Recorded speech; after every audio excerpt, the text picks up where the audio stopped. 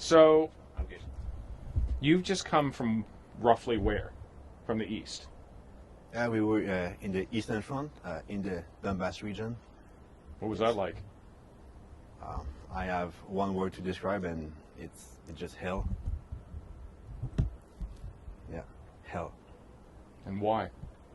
Because every day you're getting casualties. Every day you're getting your friends getting killed, and it's days after days. And most of the missions, actually, of my my friends that they come from the Marines, from the States, it was just going to recover dead bodies of our friends that were killed in action from their previous patrol. So, yeah, it was life over there for us.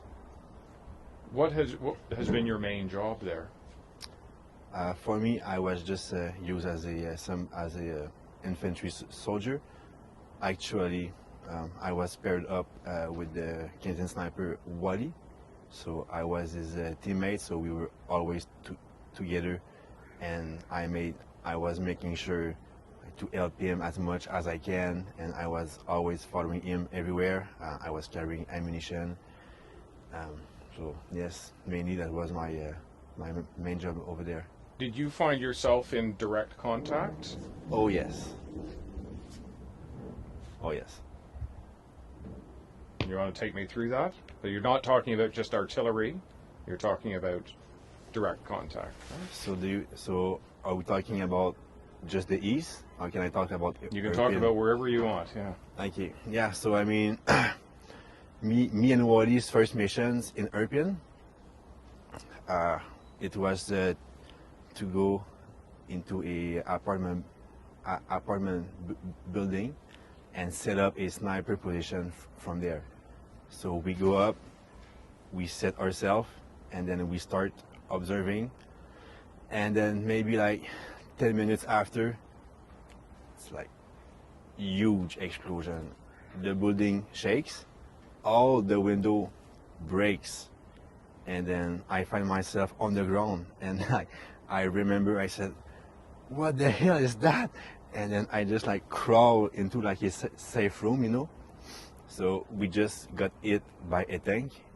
He shelled the building just above us, like he missed us by like 3 meters.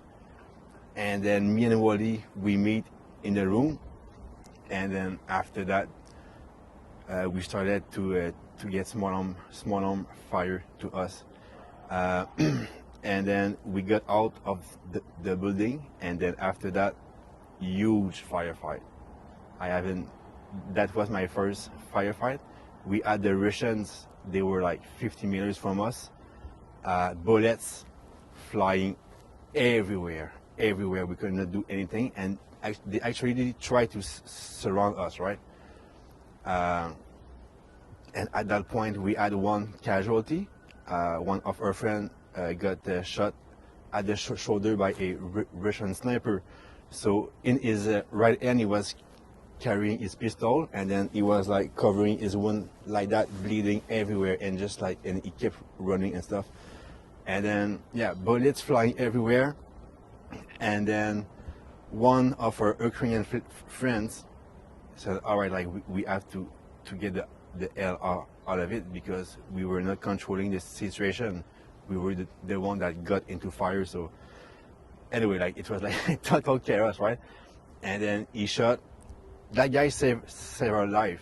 He shot RPG to the Russians, and it gives us enough time to just run for your life, right?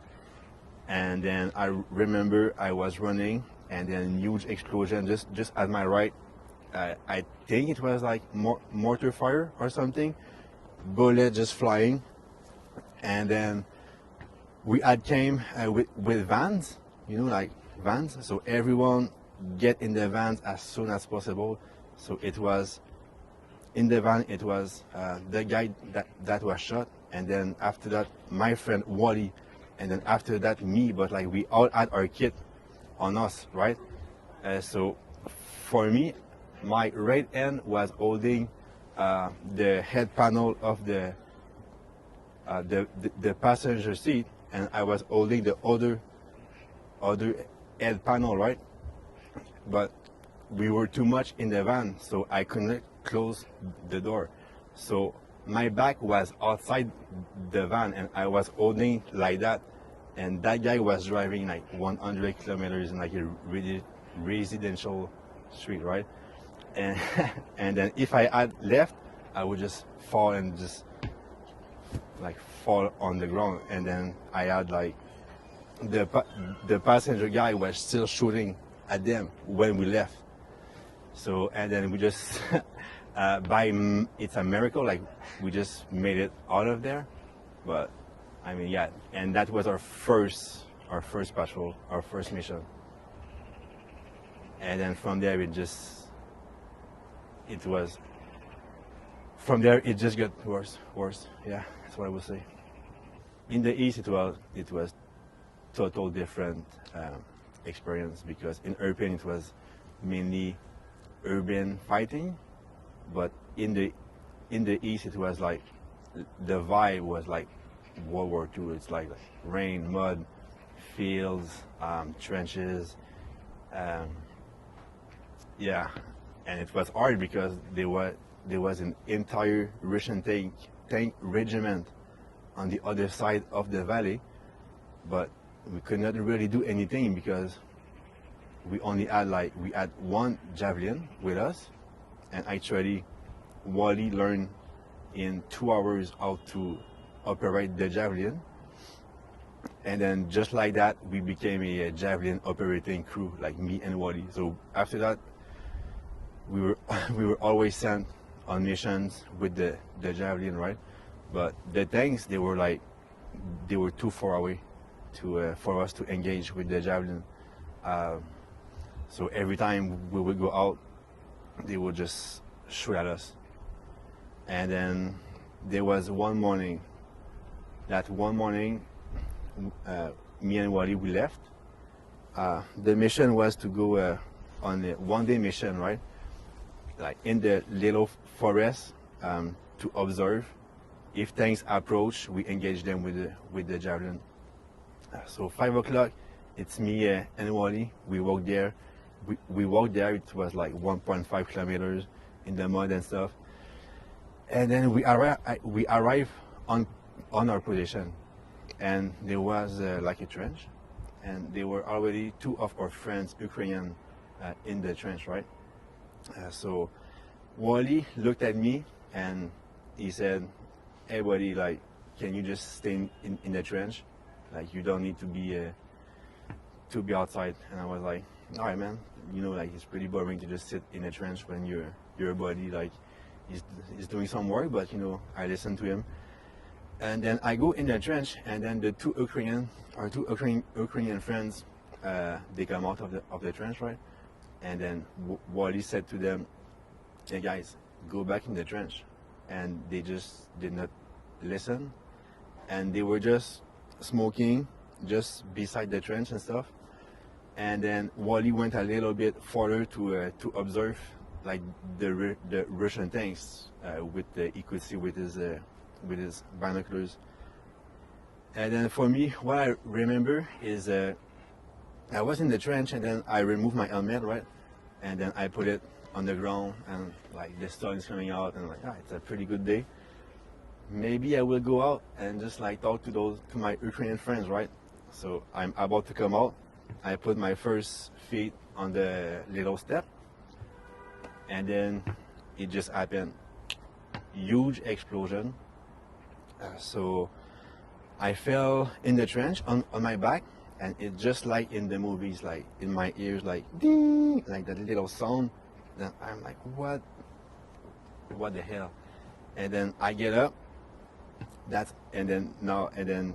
Then I understood what had happened. Like, we just got shot by a Russian tank, and it was like very precise shot. They could see us very good, right? They shot right between our two friends. And then I got up, I put back my helmet, and I look. I see one of my friends dead. Is not moving. He's not moving. He's just lying on the ground. is dead. It's sure it's dead. Like there's no way to survive that. And then I looked to the other one. He was like just a couple of feet from me, and then he was still breathing, but no legs. He didn't have any legs.